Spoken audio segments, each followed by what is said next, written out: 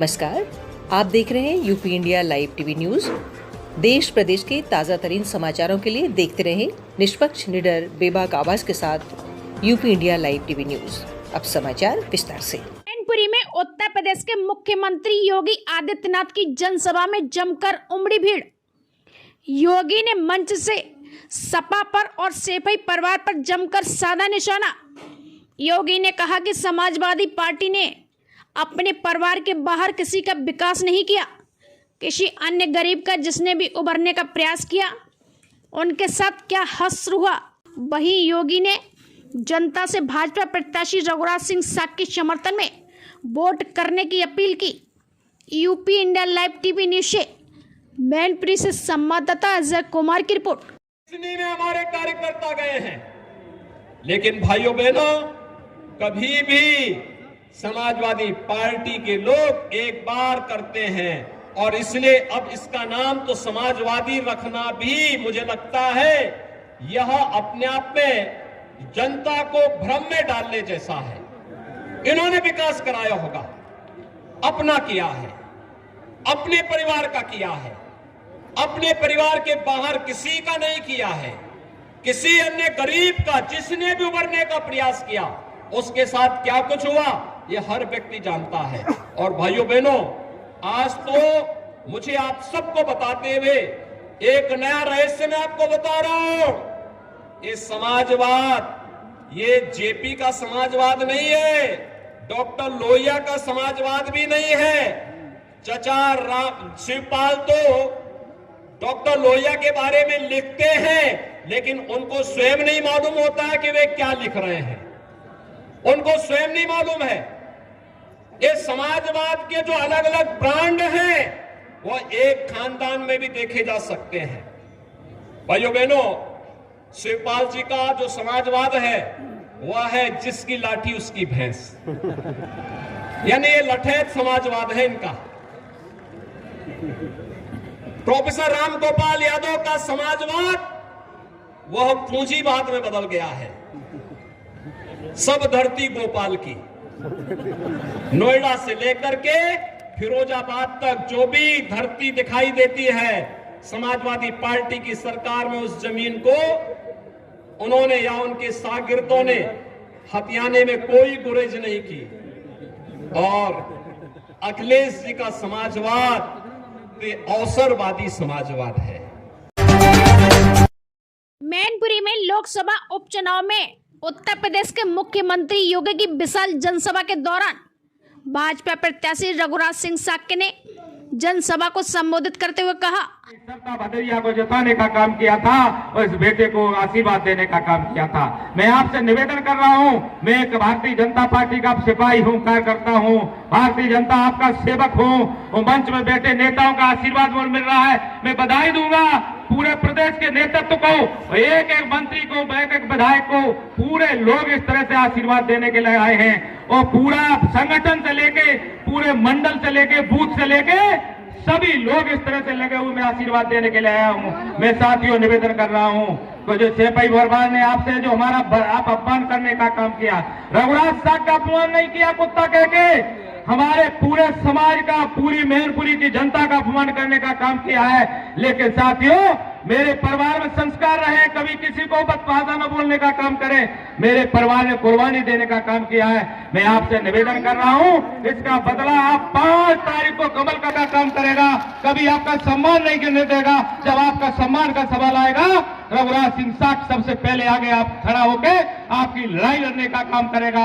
मैं आज सबके चरणों को, जो हमारे बुजुर्ग हैं, महाराज जी को भी नमन कर रहा हूं और मंच को भी नमन कर रहा हूं, और जितने हमारे बुजुर्ग हैं उनके चरणों को नमन करने आया हूं, माताओं को चरणों को नमन करने आया हूं। अभी कहा था तो उनके पास रघुराज पत्रकार साथी खेले रहे, रघुराज साग वो बड़े घराने की बहू है, वो पैसा बहुत है। मैंने कहा वो पैसे में आगे हो सकती हैं, पैसा बांट रही हैं, लेकिन रघुराज साग पैर छूने में सबसे आगे, पैर छूने में मैं कोई पीछे नहीं कर सकता। तो मैं आपसे चरण छूकर, पैर छूकर ये निवेदन कर रहा हूं कि जो रघुराज साहब का अपमान करने का काम कर रहे हैं, वो 5 तारीख को कमल का बटन बदल कर इस सेवे को आशीर्वाद दे देना। आपका बेटा आपका सम्मान की रक्षा करने का काम, और अभी मोदी जी का दिल्ली में सम्मान बढ़ाने का काम करेगा, महाराज जी के सेवा में रहने का काम करेगा, आपके सम्मान की लड़ाई दिल्ली में रखने का काम करेगा, लोकसभा में आपकी वकालत करने का काम करेगा। आदरणीय मोदी से कहकर दिल्ली का खजाना। UP India live TV news से मैनपुरी से संवाददाता अजय कुमार की रिपोर्ट।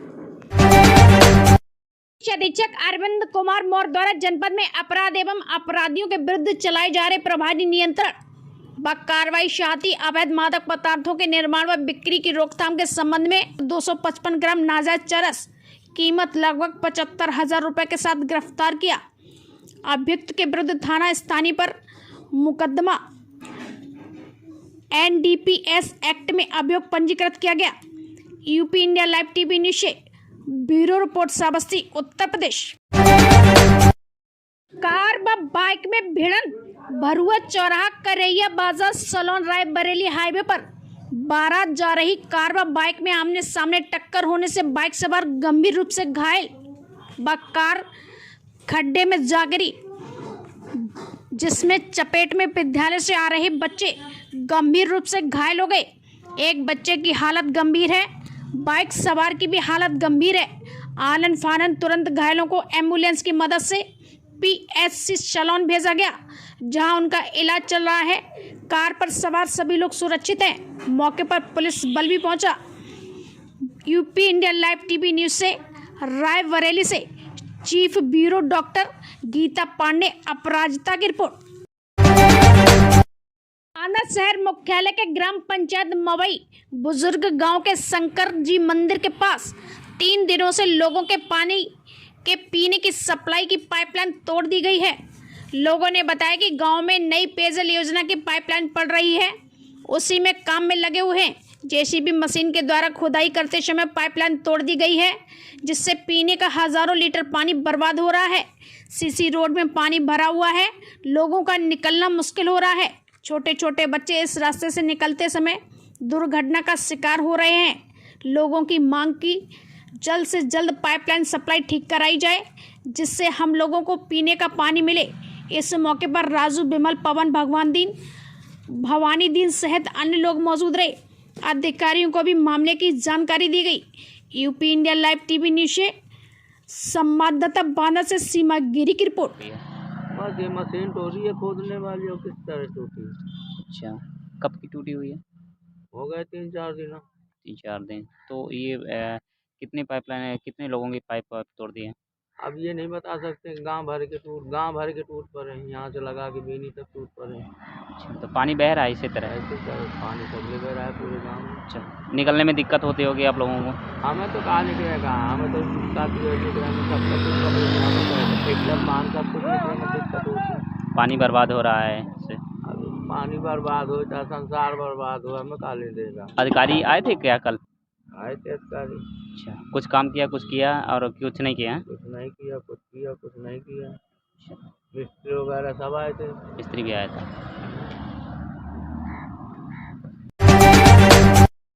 तुलसीपुर चीनी मिल का किया गया शुभारंभ।